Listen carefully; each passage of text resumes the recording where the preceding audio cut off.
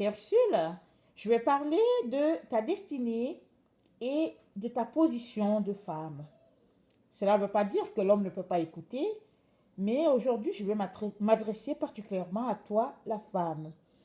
Dans notre époque, on a vraiment l'impression qu'il y a une animosité entre hommes et femmes. On dirait qu'il y a une guerre qui est là. Et quand on ouvre la télévision, la radio, et puis partout, même au niveau des publicités, on a tout simplement l'impression que, euh, en tout cas, ça ne va pas très bien entre les deux sexes. Les petites filles, quand on les écoute, plusieurs disent que, oh, elles auraient aimé être un homme. Et puis, les garçons, quand tu les entends, ils disent la même chose. Oh, bon, je ne m'aime pas, et puis bon, j'aurais aimé être plutôt une fille. En tout cas, je ne sais pas qu'est-ce qui se passe dans notre société, mais un peu, voilà un peu ce qui se passe.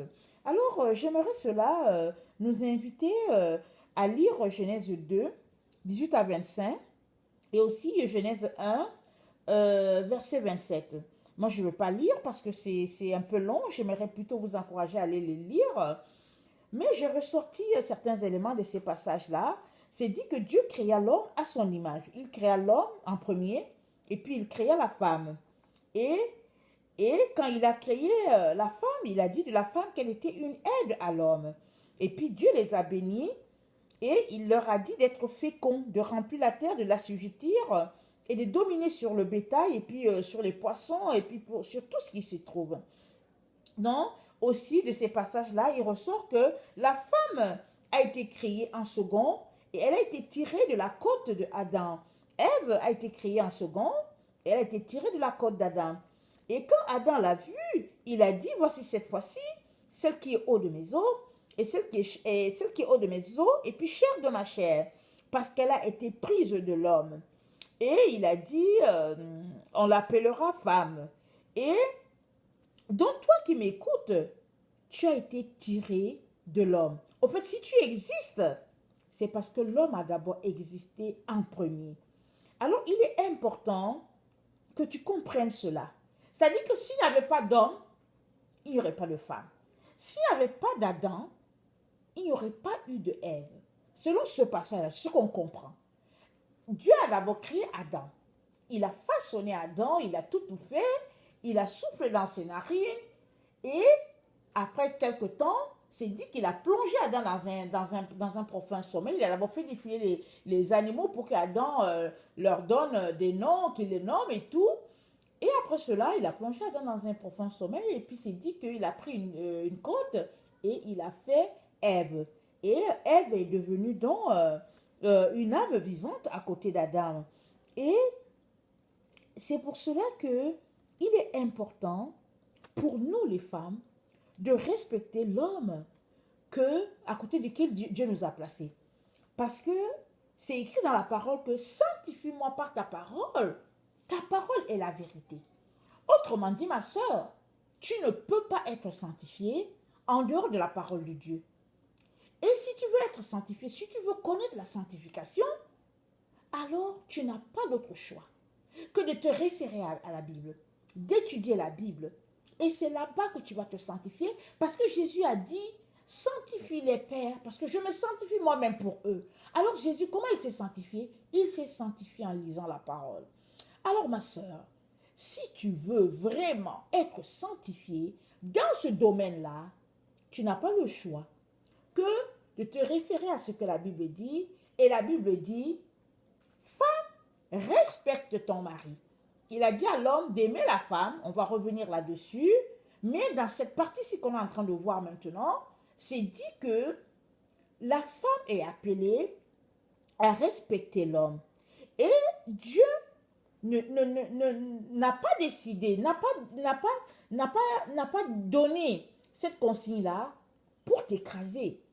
Mais dans la vie, il faut toujours une hiérarchie. Alors Dieu qui nous a créés, tel qu'on voit à la Genèse, il a d'abord fait la nature, il a fait le soleil, après il a mis la lune, et puis bon, il a fait les choses, et tout ça. Et après, quand il a fini de tout faire, de tout placer dans le jardin et tout, il a mis l'homme. Et quand il a fini de mettre l'homme, il a mis la femme. De toute manière, dans la vie, on fait toujours une chose après l'autre. Hein? On ne va pas, on ne fait pas tout à la fois.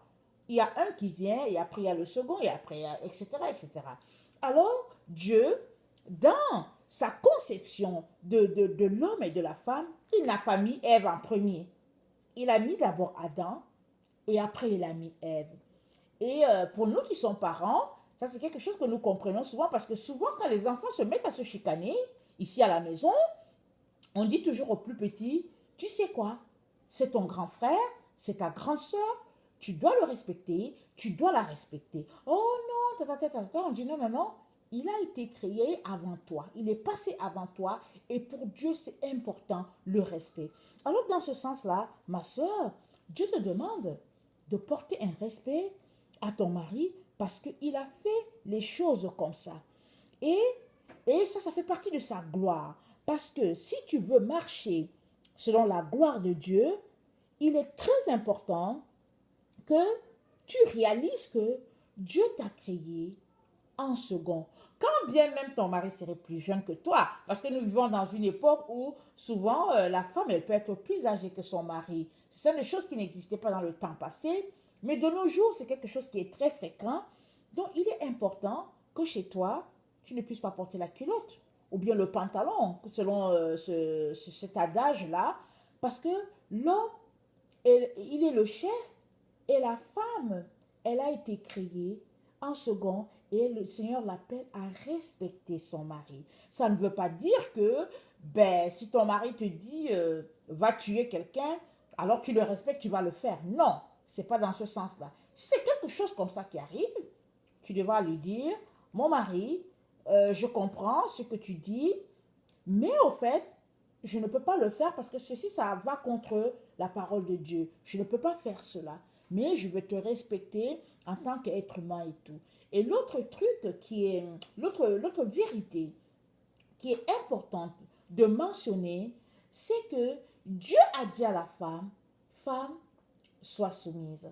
Il a demandé à la femme d'être soumise. Il n'a pas dit à l'homme, homme, dis à la femme d'être soumise. Non, il a dit à la femme, femme, sois soumise. Ça, c'est quand la femme vient dans sa relation avec Dieu, quand elle prie, quand elle lit la Bible, elle regarde ça, et si elle est soumise à Dieu, il n'y a pas de raison qu'elle ne soit pas soumise à ce passage, à cette partie-là de la Bible. Cela ne veut pas dire que Dieu veut t'écraser, et toi, ma soeur. Mais ça veut tout simplement dire que Dieu veut un ordre. Dans une maison, il y a toujours un ordre. Quand on arrive quelque part qu'il n'y a pas d'ordre, c'est l'anarchie. Quand on arrive dans les familles où ben, chacun est roi, chacun est le boss, ça ne va pas du tout, n'est-ce pas? Alors, notre Dieu est un Dieu d'ordre. Alors, il dit que pour que les choses puissent fonctionner correctement, il est important que nous, les femmes, nous puissions être soumises à nos maris. Et dans ce cas-là, la parole de Dieu sera vue parce que Dieu, dans sa gloire, il a créé ça comme ça. Pour que sa gloire soit vue, il est important que chacun d'entre nous puissions jouer notre rôle. Et le rôle dans ce cas-ci, pour le domaine de la femme, c'est d'être soumise à son mari et de le respecter. Et Dieu n'a pas dit à Adam, d'écraser sa femme. Il a plutôt dit, Ève, elle vient pour être une aide. Aide à quoi? Elle vient aider quoi? Si on lit bien, si on retourne les passages que je vous ai donnés, Genèse 2, 18 à 25, Genèse 1, 27, on va voir quand on lit ces parties-là, on va voir que Adam était en train de nommer les animaux. Quand Ève a été créée, Adam était déjà en train de faire un travail. Et Ève, en venant après Adam, elle va juste continuer à faire ce travail-là que Dieu a donné à Adam de faire. Alors, nous ne sommes pas dans une situation où l'homme rentre du travail, il croise ses pieds, il lit son journal et il demande à la femme de tout faire à la maison. Non, la femme n'est pas une esclave. Elle n'a pas été créée pour être une esclave. La femme, elle a été créée pour être l'aide de l'homme. Et ça veut dire que les deux sont appelés à travailler ensemble. Si vous marchez vraiment selon Dieu, si vous êtes un couple qui marche selon Dieu, qui respecte Dieu, qui aime Dieu, qui marche dans la sanctification, il n'y a pas de raison que l'un soit écrasé et puis l'autre se pétant les bretelles, écrasant l'autre. Ce n'est pas possible. Et j'aimerais vraiment aussi nous interpeller, nous les femmes, sur le fait que un jour, nous allons nous tenir devant Dieu pour répondre de nos actes. Et c'est sûr et certain que il ne va pas te juger, toi la femme, sur la base, par exemple, de ce que ton mari a fait ou n'a pas fait. Il va te juger, toi, sur la base de ce qu'il t'a demandé. Et ça, c'est une vérité que nous ne devons pas oublier. Parce que dans notre siècle, dans notre monde aujourd'hui, bon, nous les femmes, nous travaillons, les hommes aussi travaillent à l'extérieur, et ce qui fait que certaines femmes pensent que parce qu'elles travaillent ou bien parce qu'elles ont un boulot plus élevé que leur mari, par exemple, ça leur donne le droit de les écraser, de les mépriser. Non, tu ne peux pas. Si tu marches selon Dieu, si tu es vraiment la fille de ton Père qui est dans les cieux, l'esprit en toi va à un moment donné te faire réaliser que ce n'est pas correct de te comporter comme ça, méprisant ton mari, et puis le dénigrant, le traitant de toutes sortes de choses. Et parce que Dieu a dit dans Jérémie 29, verset 1, 11, car je connais les projets que j'ai formés sur vous, dit l'Éternel, projets de paix et non de malheur, afin de vous donner un avenir et de l'espérance. Donc toi, ma soeur, quand Dieu t'a formé, ce n'était pas pour ton malheur. Il sait pourquoi il a voulu que les choses soient comme ça. Il sait pourquoi il a voulu qu'Adam soit le premier et Ève soit la seconde. Parce qu'il a des projets merveilleux pour toi. Et si tu veux entrer dans ce projet-là, si tu veux entrer dans ta destinée, ma soeur, il est très important que pour les petites choses, que tu sois trouvé fidèle dans ces petites choses-là. Et au fait, autour de nous aujourd'hui, avec la publicité, euh, la télévision, toutes sortes de choses, on est bombardé par des idées de la femme qui porte toujours, qui tend à présenter la femme comme un objet. Mais ma soeur, tu n'es pas un objet. Tu es quelqu'un de grand prix, quelqu'un qui a une valeur devant Dieu. Et pour cela, il est important que tu respectes ce que ton père t'a demandé.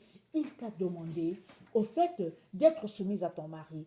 Et puis si tu regardes bien dans ta vie, tu verras que Dieu nous a donné un pouvoir, nous les femmes. Toutes les femmes, elles ont un pouvoir d'autorité. Toutes les femmes, elles ont ça. Elles ont cette grâce-là d'avoir une certaine autorité, d'avoir un certain pouvoir sur leur mari. La femme peut écraser son mari, elle peut le terminer.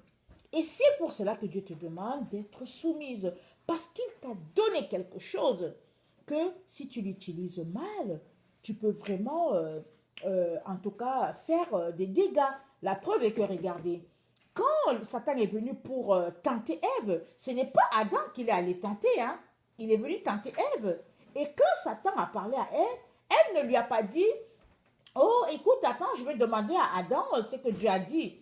Elle a dit, non, Dieu a dit que, parce que Satan lui a dit, est-ce que Dieu aurait dit ceci?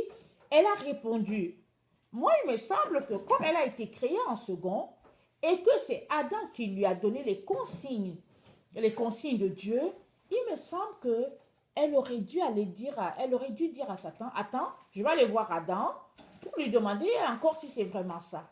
Mais à cause du pouvoir qu'elle avait, elle est allée, elle a mangé et elle a aussi induit son mari en erreur.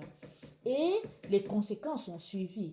Et j'aimerais tout simplement nous encourager à nous reprendre, à rester dans la place que Dieu nous a donnée, parce que c'est comme ça que sa gloire sera vue dans le monde, c'est comme ça que les gens vont le voir, et c'est comme ça que Dieu veut qu'une famille soit l'homme, le chef, et la femme soumise, et non pas soumise à être écrasée et tout, mais la femme soumise à son mari, afin vraiment que l'œuvre de Dieu puisse continuer.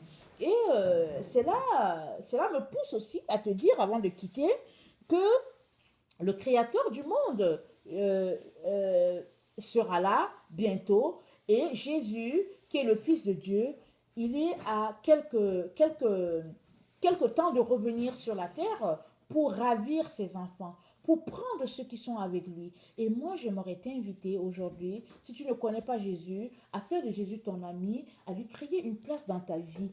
Parce que, au fait, ceux-là qui sont avec Jésus, ils ont une certaine sécurité. Ils sont protégés parce que Jésus, c'est le seul chemin, c'est la seule vérité, c'est la seule vie. Si tu n'as pas Jésus, tu n'as pas la vie. Si tu as Jésus, tu as la vie. Ne te laisse pas tromper par toutes les idées scientifiques qui disent qu'il n'y a pas un Dieu et que quand on meurt, c'est fini. Non, non, non, la vie, c'est pas ça. Dieu nous a créés avec une âme, avec un esprit, et puis notre corps, c'est juste une enveloppe. Et le monde tel que nous le connaissons ne sera pas toujours comme ça. Parce que Jésus revient et le monde va connaître une autre fin. Et j'aimerais t'inviter, toi qui m'écoutes, à remettre cette vie-là entre les mains de Dieu afin que ta vie euh, soit, euh, soit protégée, soit une lumière et que vraiment toutes les catastrophes qui doivent venir, toi tu sois à l'abri de tout ça. Merci.